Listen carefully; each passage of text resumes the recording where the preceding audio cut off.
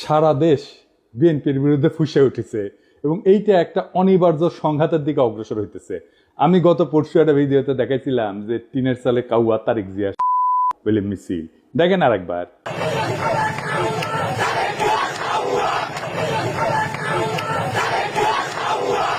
আজকে দেখেন একের পর এক মিছিল।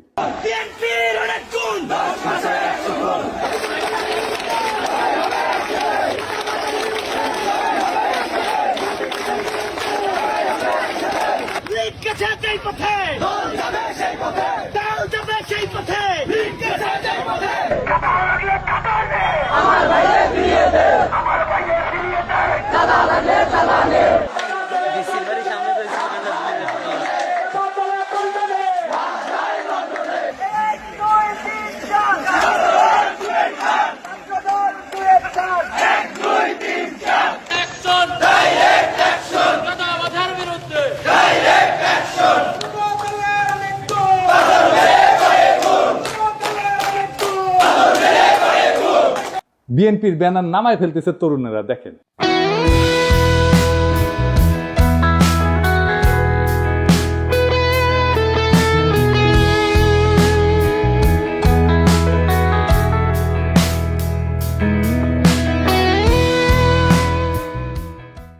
এটাই হইতেছে বিএনপির 11 মাসের অর্জন।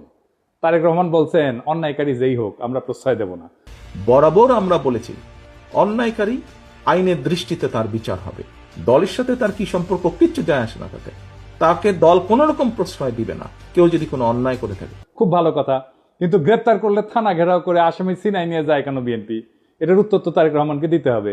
একটা দুইটা না, শয়ে শয়ে এডিটর সাহেব বিএনপি থানা ঘেরাও কিওয়ার্ড দিয়ে সার্চ দেন তো, দেখেন কত জায়গায় থানা ঘেরাও করে বিএনপি আসামি ছাড়াই নিয়ে যাইতেছে। শুধু কি তাই, বিএনপি নেতারা প্রকাশ্যে বলিছে কাউকে গ্রেপ্তার করতে আমাদের অনুমতি নিতে হবে, নইলে থানা ঘেরাও। আমাদের কাছে অনুমতি নিয়ে করতে হবে। এর বাইরে যদি একটা মানুষকে গ্রেফতার করা হয় আমরা থানা ঘেরাও করব সবাই মিলে।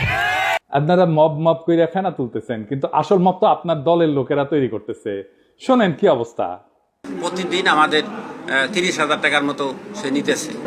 আমি জেনেছি যেটা যে মালিক সমিতির কাছে তারা 5 কোটি টাকা চাঁদা চেয়েছে। এক যুবদল নেতা যাত্রাবাড়ির নাম ফাহিম, আতর্কিতভাবে কয়েকজন লোক আসলো, আয়সা গাড়ি আতুর দিয়া দামদুম পিড়াইয়া চলে গেল। বাইরে থেকে একটা ইটা মারে, গ্লাস ভাঙে আমাদের শরীরে, বাল বাচ্চাদের শরীরে পড়লে অনেক উইন্ডো জায়গা, এই জন্য আমরা আতঙ্কে যাইতেছি। আমাদের ভোগান্তি হইতেছে, আমরা রোগী নিয়ে যাইতে পারতেছি না, অনেক সমস্যা। এর বিশ্বাস চাই আমরা। একটা মানুষ ফ্যামিলি দোলাই পার নেমে যেতে, ওখান থেকে আবার যাত্রাবাড়ি করতে হইব, তাদের ভোগান্তি না। এই পরিস্থিতি আমাকে জানে কোনো নিরাপত্তা নাই, সেজন্য আমাকে ঢুকতে না। আবার কয় গাড়ি নিয়ে আসলে 5,000 টাকা জরিমানা দিয়ে এবার গাড়ি নিবি, এই ডরে আমরা গাড়ি যাত্রাবাড়ি যাই না, আমরা দোলাই পাতে ঘুরে আসি। দুই রকম কথা বললে তো হবে না। আপনারা তো আইন শৃঙ্খলা পরিস্থিতির অবনতি ঘটাইতেছেন, আপনার দলের লোকজনই ঘটাইতেছে। আপনারাই বলেন মব, আর এটা কি থানা ঘেরাও? এটা মব না। আপনার দলের নিজেদের ভিতরে মারামারিতে গত 6 মাসে 43 জন মারা গেছে। নিজের দলের ভেতরের মারামারি থামাইতে পারেন না, প্রফেসর ইউনূসকে দোষ দেন। আবার দেখেন বিএনপি অফিসে কে বা কারা ককটেল মারছে, এটা অতি জঘন্য কাজ হয়েছে, কিন্তু এর রিয়াকশন দেখেন। কিছুক্ষণ আগে বিএনপির পার্টি অফিসে ককটেল মারছে ওই রাজাকারের বাচ্চারা।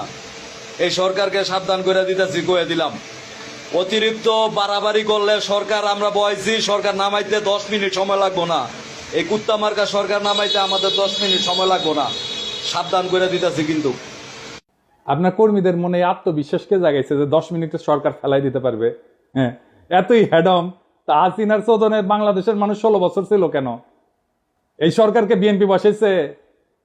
তো আপনারাই যদি বসাইছেন তাহলে আপনারা এই সরকারের ব্যর্থতার দায় নেন। বিএনপির কিছু কর্মীদের কথা আর কি বলবো, এরা মনে করে কাউরে গালাগালি করে আসলেই তার রাজনৈতিক কর্তব্য পালন করা হয়। রাজনীতি শিখাইতে পারেন নাই নিজের কর্মীদেরকে, কোনটা রাজনীতি কোনটা রাজনীতি না, রাজনীতি কেমনে করতে হয় সেটাও শিখাইতে পারেন নাই।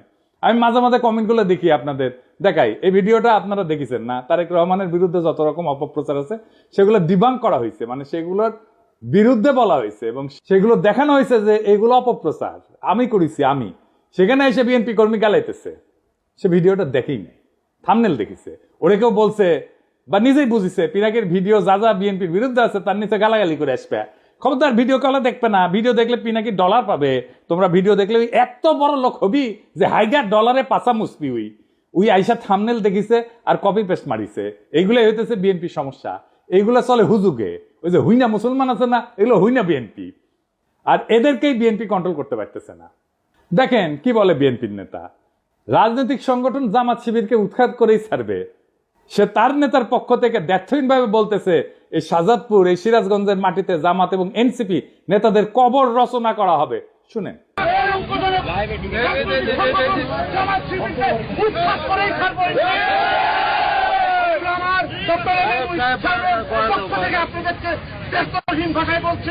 এই শাহজাদপুর, এই সিরাজগঞ্জ, বাংলার মাটিতে জামাত এবং এনসিপি নেতাদেরকে কবর রচনা করা হবে। এর নাম হইতেছে আমির হোসেন সবুজ, সাংগঠনিক সম্পাদক শাহজাদপুর উপজেলা বিএনপি। আবার দেখেন তারেক জিয়াকে নিয়ে সন্তান মন্দ কথা বলছে, তাই ছাত্রদল নেতা সদল বদলে যায় বয়োবৃদ্ধ পিতাকে শাসাইতেছে। সকাল 10টা পর্যন্ত সময় বেঁধে দিচ্ছে, এর মধ্যে ক্ষমা না চাইলে যে জায়গায় পাই আমরা বিচার করব বলে হুমকি দিচ্ছে। শুনেন,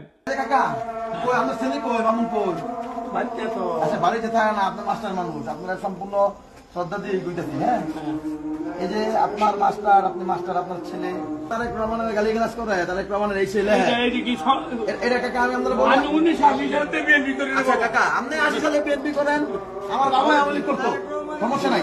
কিন্তু তারেক রহমানের নামে যে এই ধরনের কথাবার্তা গুলো লেখে, তখন আমরা তো মনে করেন যে আল্লাহ নবীর করে তারেক রহমানের মানি, বাপদাদার চেয়ে বেশি মানি। এখন বিষয়টা হচ্ছে গিয়া উনি তো কোনো অপরাধ করে নাই, ওনারা এই যে গালিগালাজ করেছে বললো যে আমি একটা কথা শুনেন, আপনার ছেলেরে সন্ধ্যা কইবেন যে সুলতানের রায় ছিল কালকে সকাল 10টার মধ্যে তার টাইম, কালকে 10টার মধ্যে যাতে ফেসবুকে যেটা লেখছে এটাতে যাতে কয় যে ভুল করছে, ভুল স্বীকার করে কাকা। যদি ভুল স্বীকার না করে এর বিচার কিন্তু আমরা মনে করেন যেই জায়গায় পাই আমরা বিচার করে দিব কাকা, যদি আমরা ব্যর্থ হন কাকা। আর বৃদ্ধ পিতা হাত জোর করে ভয়ে কাঁদতে শুরু করছে, বারবার বলতেছে সন্তান ক্ষমা চাইবে। যে নেতায় কাণ্ড ঘটেছে সে বারবার বলছে যে সে এর কারণে সে বহিষ্কার হইতে পারে, কিন্তু এতে তার কিছু যায় আসে না, কারণ জানে বহিষ্কার হইলে তার দল বহিষ্কার প্রত্যাহার করবে আমাদের অগোচরে। এটা সময়ের ব্যাপার, বহিষ্কার কাগজের ব্যাপার। এইবার শুনেন, এটা আমি লাইভে আসছি কাকা, একদম মনে করেন যে সারা বাংলাদেশে দেখতেছে আমার নেতা তারেক রহমান দেখতে পারে, আমার বহিষ্কার করতে পারে, আমার কোনো আপত্তি নাই। যাই হোক, বিএনপি মানে শুধু এরা না, এর বাইরেও বিএনপি আছে, আর তারাই মেজরিটি, যারা সত্যিকার অর্থে শহীদ জিয়ার আদর্শ আর খালেদা জিয়ার উত্তরাধিকার বহন করতে চায়।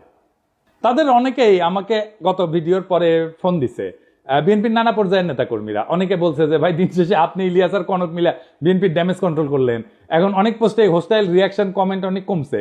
অনেকে বলছে যে কাজটা ভালো করেন নাই, বিএনপিকে রক্ষা করতে যাইয়া। আমি আসলে বিএনপিকে রক্ষা করতে যাই নাই, দেশের স্বাধীনতা সার্বভৌমত্ব রক্ষা করতে গেছি। আর বিএনপির ভুলগুলো ধরায় দেওয়া থেকে আমি সরে আসি নাই।